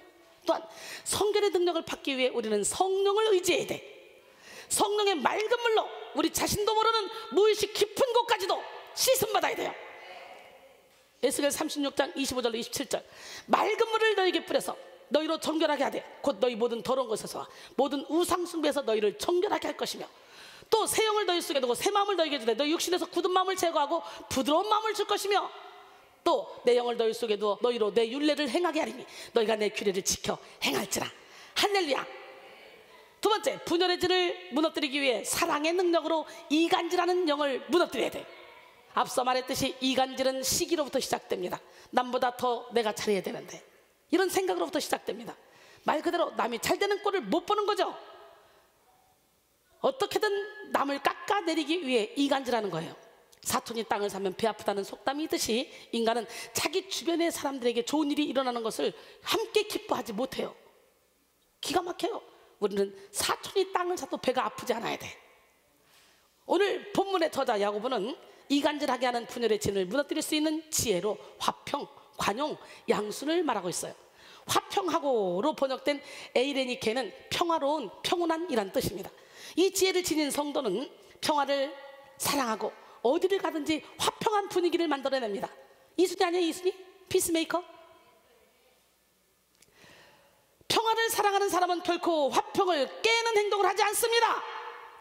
관용에 해당하는 에피에이케스는 온화한, 온순한, 공정한 이라는 뜻으로 세상의 지혜를 가진 독선적이고 오만한 사람의 마음과 달리 참을성과 이해심이 많은 사람을 의미합니다. 이는 넓은 이해심으로 상대방이 어떤 모습을 해도 품고 받아들일 수 있는 그런 상태죠.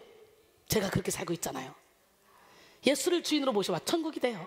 양순하고로 번역된 유페이테스는 쉽게 순종하는, 고분고분한 이란 뜻으로 거칠고 완고한 모습이 전혀 없이 하나님의 말씀에 대해 유순한 태도를 말합니다. 한마디로 화평과 관용과 양수는 하나님을 향한 온전한 사랑의 결과물입니다. 하나님을 뜨겁게 사랑하는 사람은 이웃을 사랑합니다. 하나님의 말씀을 겸손하게 받아들이는 사람은 이웃에 대한 겸손한 태도를 보입니다. 하나님을 사랑하는 사람은 하나님으로부터 오는 큰 사랑을 받아서 그 사랑을 아낌없이 나눠주는 삶을 살게 되죠. 사랑은 다 주는 거예요. 다 주는 거예요. 줍시다. 던져버려. 사랑은 잡으러 다 주는 것, 다 주는 것. 보고 놓고 봐도 다 주는 것. 사랑은 잡으러 다 주는 것, 더 갚이지 않는 것. 이상하다 동전 한 입 움켜잡으면 없어지고, 쓰고 빌려주면 풍성해져 땅 위에 가득하네. 사랑은 잡으러 다 주는 것, 다 주는 것, 다 주는 것. 사랑은 잡으러 다 주는 것, 더 갚이지 않는 것. 사랑은 잡으러 섬기는 것, 섬기는 것, 섬기는 것.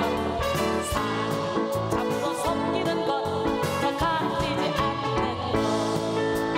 이상하다 동전 한 입 움켜잡으면 없어지고, 쓰고 빌려주면 풍성해져 땅 위에 가득하네.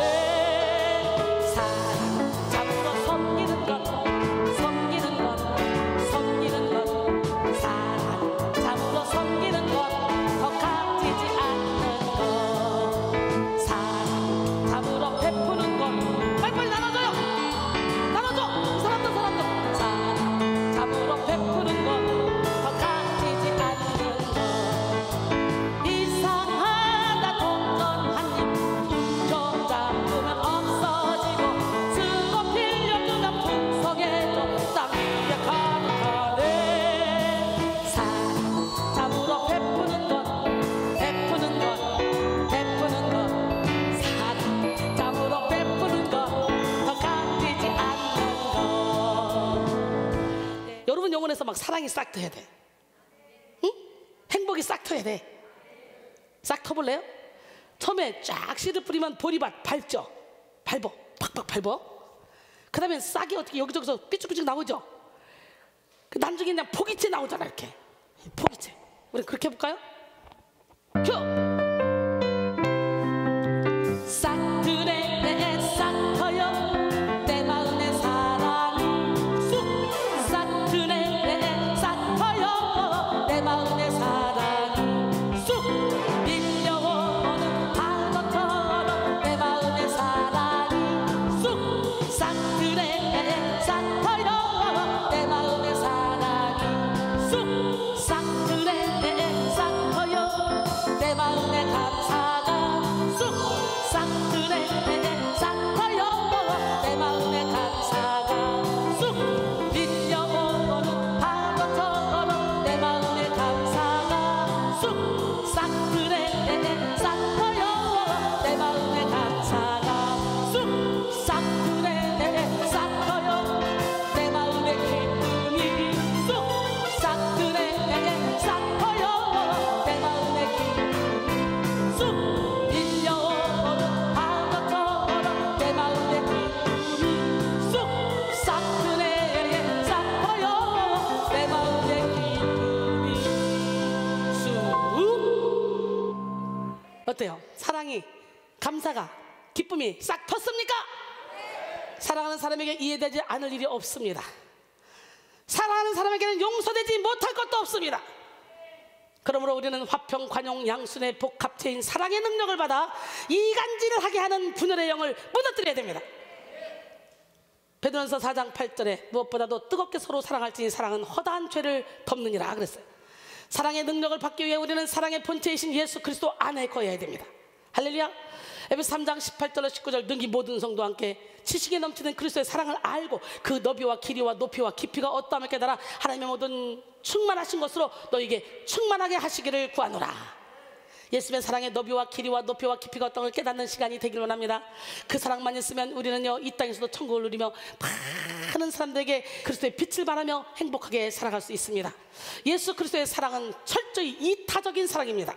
예수님은 철저히 우리의 유익을 위해, 그 무엇보다도 우리의 영혼의 유익을 위해 자신의 모든 것을 다 포기하신 분이에요. 예수님의 사랑을 깨닫고 그 사랑으로 충만해진 사람은 자동적으로 모든 사랑과 화평을 이루며 이타적인 삶을 살아갑니다. 사랑의 능력으로 분열의 진을 무너뜨리는 우리 모두가 되기를 바랍니다. 세 번째, 분열의 진을 무너뜨리기 위해 긍휼의 능력으로 당직케 하는 진을 무너뜨려야 돼. 우리가 살아가는 이 시대는 긍휼을 찾아보기가 매우 힘든 시대입니다.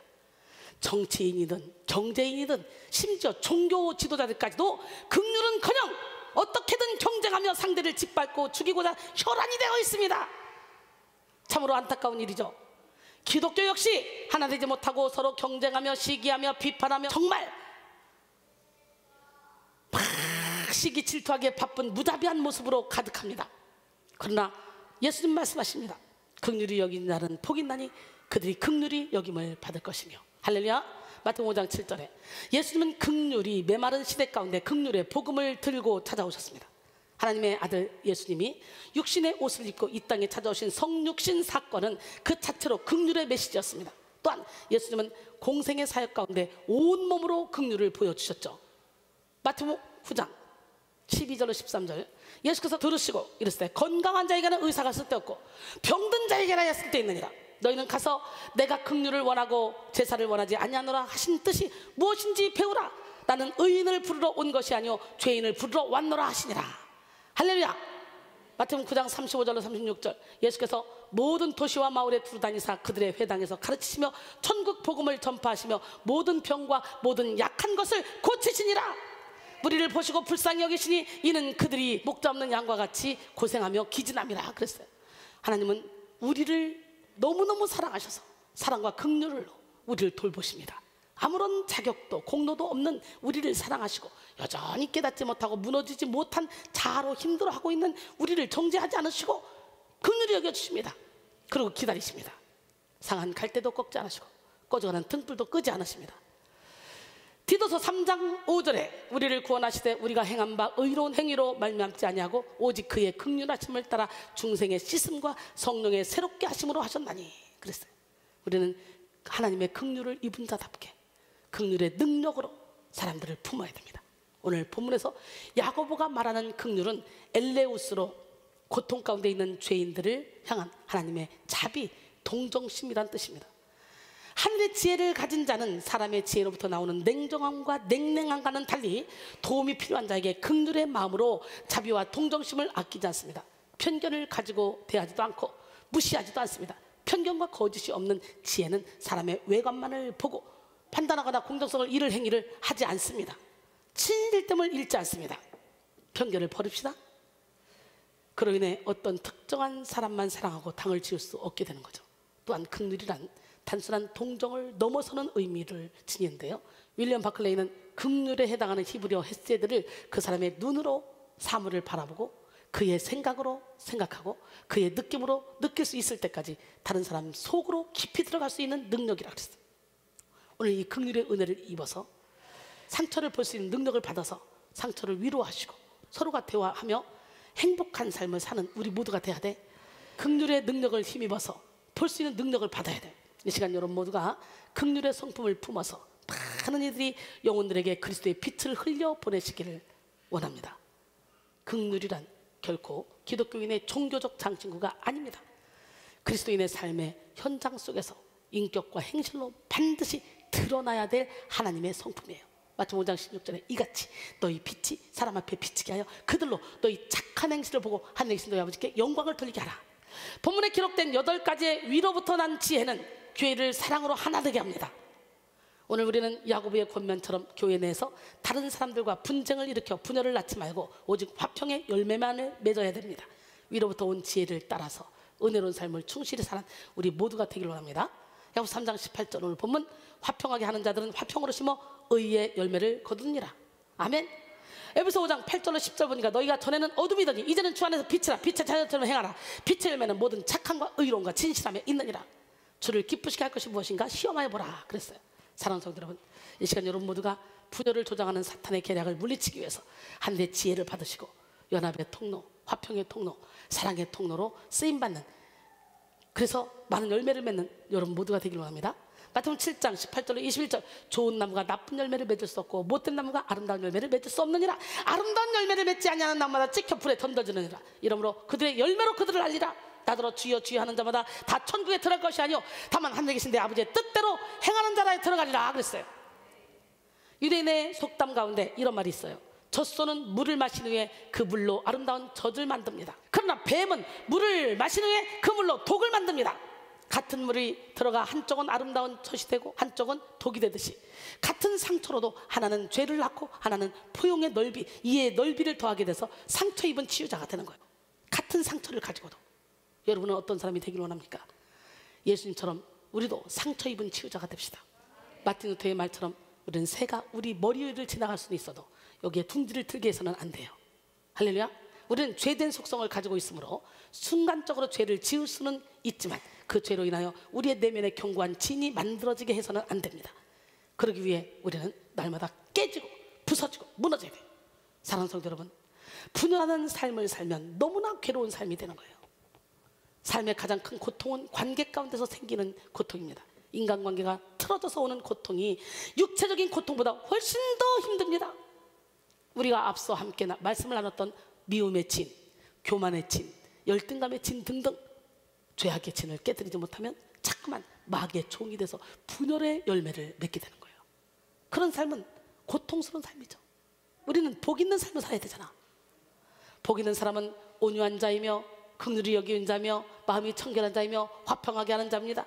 예수님은 산상수훈 설교에서 온유한 자가 땅을 기업으로 받을 것이라고 했죠. 긍휼히 여기는 자가 긍휼히 여김을 받는다 그랬잖아요. 마음이 청결한 자가 하나님을 볼 것이라고 했잖아요. 화평케 하는 자가 하나님의 아들이라 일컬음을 받는다 그랬어요. 여러분 모두가 다 긍휼히 여기는 자가 되기를 원합니다. 용서하는 자가 되기를 원합니다. 그래야 용서받고 긍휼히 여김을 받을 수 있어요. 대접받고자 하는 대로 남을 대접하라 그랬어요. 이것이 율법이요 선자라 그랬어요. 베풀고 나누고 섬기는 삶. 저는요 어려서부터 베풀고 나누고 섬기는 집에서 태어나서 그렇게 삶이 몸에 익숙해 왔어요. 그래서 밥을 먹으러 가든 어렸을 때부터 뭘 하든 무조건 내 주머니에서 내는 거예요. 무조건. 그래서 나는 평생 하나님 나는 평생 섬기며 나누며 베풀며 살기를 원합니다. 그랬더니요 그렇게 살 수 있도록 하나님이 환경을 열어주시더라고. 재벌딸도 아닌데 흩어 구제하여도 더 구하게 되는 인간이 과도히 아껴도 가난하게 될 뿐이라. 남을 윤택하게 하는 자는 자기도 윤택해지고 남을 풍요롭게 하는 자는 자기도 풍요로워진대요. 내가 사랑받고 따뜻한 말을 듣고 싶다면 먼저 내가 사랑하고 그러한 말을 건넬 수 있어야 돼요. 또 마음을 청결하게 한 자가 하나님을 볼 수 있습니다. 미움과 시기, 질투 등 여러 가지 죄로 마음이 더러운 마음이면 하나님이 보이지 않아요. 예배 가운데서도 하나님이 예비하신 놀라운 사랑과 은혜가 보이지 않아요. 화평케 하는 자라야 하나님의 자녀라 일컬음을 받게 되죠. 분열하는 자는 마귀의 자녀입니다. 어둠에 속한 자녀입니다. 하나님의 사랑은 분열된 것을 하나 되게 합니다. 분열된 교회가 하나 되고 분열된 가정이 하나 되게 하고 분열된 관계가 하나 되게 합니다. 하나님의 사랑은 분열된 것을 하나 되게 합니다. 분열된 교회가, 분열된 가정이, 분열된 인간관계가 하나 되는 우리 모두가 되기를 원해요. 우리는 그 주님의 사랑으로 하나님과 이웃과 화평을 누려야 됩니다. 주님은 사랑으로 하나님과 우리를 화평하게 하셨으며 나아가 우리 서로도 화평하게 할 수 있게 하셨습니다. 할렐루야. 막힌 담을 십자가로 다 허물으신 하나님, 화평을 가져오신 하나님, 그 하나님은 우리 하나님이에요. 믿으십니까? 우리는 입술의 문을 지켜야 돼요. 사람은 마음에 쌓은 선에서 선을 내고 마음에 쌓은 악에서 악을 낸다 했잖아요. 우리 입에서 나오는 말을 잘 살펴봐야 돼. 자꾸만 다른 사람을 욕하고 험담하고 있다면 우리도 모르는 사이에 이간질과 당짓는 영이 우리 입술을 통해 일하고 있다는 걸 알아야 돼요. 누군가를 이간질하고 험담하는 사람은 특정 누구에게만 하는 게 아니에요. 모든 사람을 이간질하고 험담합니다. 이런 사람은 정말 조심해야 될 사람이에요. 사람을 칭찬하는 사람이 있고요, 사람을 무조건 욕하는 사람이 있어요. 이 사람 어때? 이 무조건 쟤 아니야, 쟤 아니야, 쟤 아니야, 쟤 아니야. 다 상처예요, 상처. 그러므로 그런 사람이 있는 곳의 분위기는 따뜻하기보다는 차갑고 냉랭하죠. 서로 짐을 대신 져주고 아끼는 것이 아니라 불신과 다툼이 가득합니다. 그 결과 항상 다투게 되지. 이러면 인생이 힘이 들어요. 그러므로 우리는 다투고 분열하는 것이 아니라 올바른 분별과 사랑의 충만함 가운데서 모든 관계 속에 화평의 열매를 맺도록 힘을 써야 돼요. 이 시간 말씀 가운데 모든 분열의 영을 떠내보내고 사랑의 영이신 성령으로 충만하여 화평케 하는 일에 존귀하게 쓰임받는 우리 모두가 되기를 바랍니다. 결론적으로 오늘 우리는 사탄의 진을 무너뜨려라, 마지막 시간 분열의 진을 무너뜨려라 라는 제목으로 말씀을 나눴습니다. 어때요? 나도 모르는 게 이간질령, 나도 모르게 어떻게 당지는 영이 있었죠. 오늘 예수님은 완전히 무너뜨리기 원합니다. 무의식의 세계까지 상처를 통해 타고 들어와서 당질코 이간질하는 영, 예수를 몰아내야 돼요. 사탄의 활동이 있는 곳에는 분열의 역사가 있어요. 오늘날 사탄은 우리 한 사람 한 사람의 자아를 분열하여 능력 없는 삶, 혼란스러운 삶을 살게 합니다. 우리는 먼저 우리 속에 진을 치고 있는 분열의 진을 무너뜨려야 돼요. 사탄은 분열의 진을 통해서 이간질하게 하고 당직케 한다 그랬죠? 그러나 이간질하는 것과 당짓는 것은 이 땅의 일이요, 마귀의 일이요, 정욕의 일이요, 귀신의 일이라고 말했잖아요. 우리는 이 땅의 속성인 분열을 무너뜨리기 위해 하늘의 능력을 충만히 받아야 된다 그랬어요. 성결의 능력으로 상처의 진을 무너뜨려야 되고, 사랑의 능력으로 이간질하는 진을 무너뜨려야 되고, 긍휼의 능력으로 당직케 하는 진을 무너뜨려야 된다 그랬어요. 그러므로 사랑하는 성도 여러분, 지금 바로 이 시간 하늘로부터 오는 성결의 능력, 사랑의 능력, 긍휼의 능력을 충만히 받으셔서 화평을 이루는 존귀한 삶을 살아감으로 많은 영혼을 주님께로 인도하여 하늘의 별처럼 영원토록 빛나는 우리 모두가 되길 원합니다. 우리는 절대로 죽지 않습니다. 육신의 장막집만 벗을 뿐 진짜 나는 겉사람이 아니에요. 속사람이에요. 속사람이 일그러 있으면 세상을 다 갖고 있는들 무슨 소용이 있겠습니까? 속사람을 새롭게 해서 육신의 장막집을 벗을 때에 이 속사람이 하나님이 거하시는 곳으로 가야 되잖아. 거기 갈 때는요 아무것도 못 가져가요. 빈손으로 가요. 이 세상에 부귀명예 권세 다 갖고 있어도 아무 필요 없어요. 빈손으로 가. 날 따라오는 게 있어요. 지금 이후로 주 안에서 죽는 자들은 복이 있도다 하심에 성령이 이르시되 그렇다. 그들이 수고를 그치고 쉬리니 이는 그들이 행한 일이 그들을 따릅니다. 내가 이 땅에 살면서 선을 행했던 모든 것들은 내가 저 천국으로 갈 때 나를 따라붙어. 그래서 영원한 상급으로 쌓여져. 오늘 이 시간에 열매 맺는 삶을 살아갑시다. 믿음 갖고 달려갑시다. 나 주의 믿음 갖고.